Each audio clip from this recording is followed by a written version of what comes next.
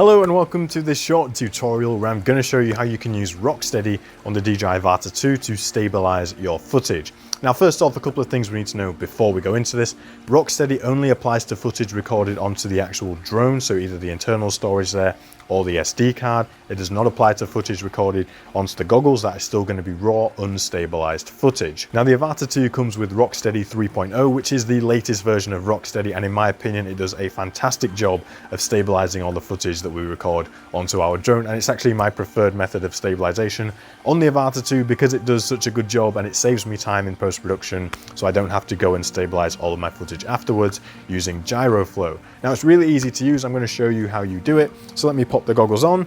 And to use RockSteady, all we have to do is go into our camera settings. So if we just push up on the joystick, it's going to bring up all those settings.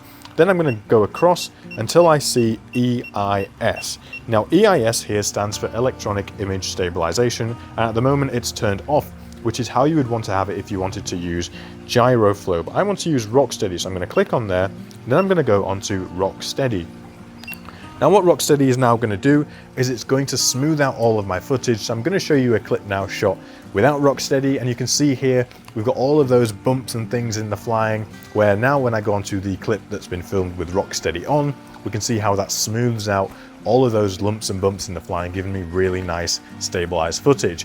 Now there's also another setting here past RockSteady, which is HorizonSteady. So if I turn that on, what that's basically going to do is it's going to keep the horizon locked. Now it's only going to keep it locked into a certain amount, and if you start going crazy, you're obviously going to break that horizon steadying. But horizon steady is really good if you're flying, saying normal or sport mode, and you want to keep the horizon level. Say if you're doing like an indoor room tour or something, really helps you out there. So I'm now showing you footage shot with HorizonSteady on, and you can see exactly what I'm talking about. So those are all the options when it comes to using RockSteady and stabilization on the DJI Avata 2. You now know what each of them mean, how they all work, and basically you can use RockSteady in any frame rate, any resolution, any aspect ratio, any field of view options. But when it comes to HorizonSteady, you can only use this in the normal field of view, but you can still use it in any sort of frame rate and resolution.